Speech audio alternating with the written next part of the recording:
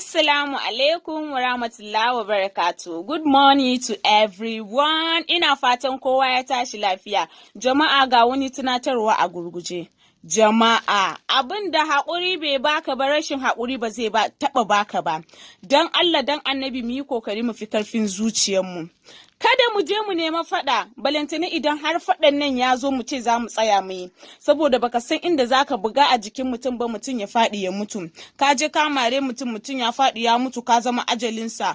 Ba abin da za a ce wane kaza ya kashe wane kaza. To menene a nan? Ka jefa kanka a cikin bala'i, ka jefa iyayenka a cikin masifa. Wata rana za a yi mana abu. Yes, it's very hot, but menene? Allah ma muna masa laifi yana yafe mana. Balantane mu ‘yan Adam, me yasa ba za mu yafe ma junanmu ba, mu zauna lafiya da kowa, mu zamto masu ba mu kanmu haƙuri. Jama'a a dinga haƙuri da juna, a dinga haƙuri.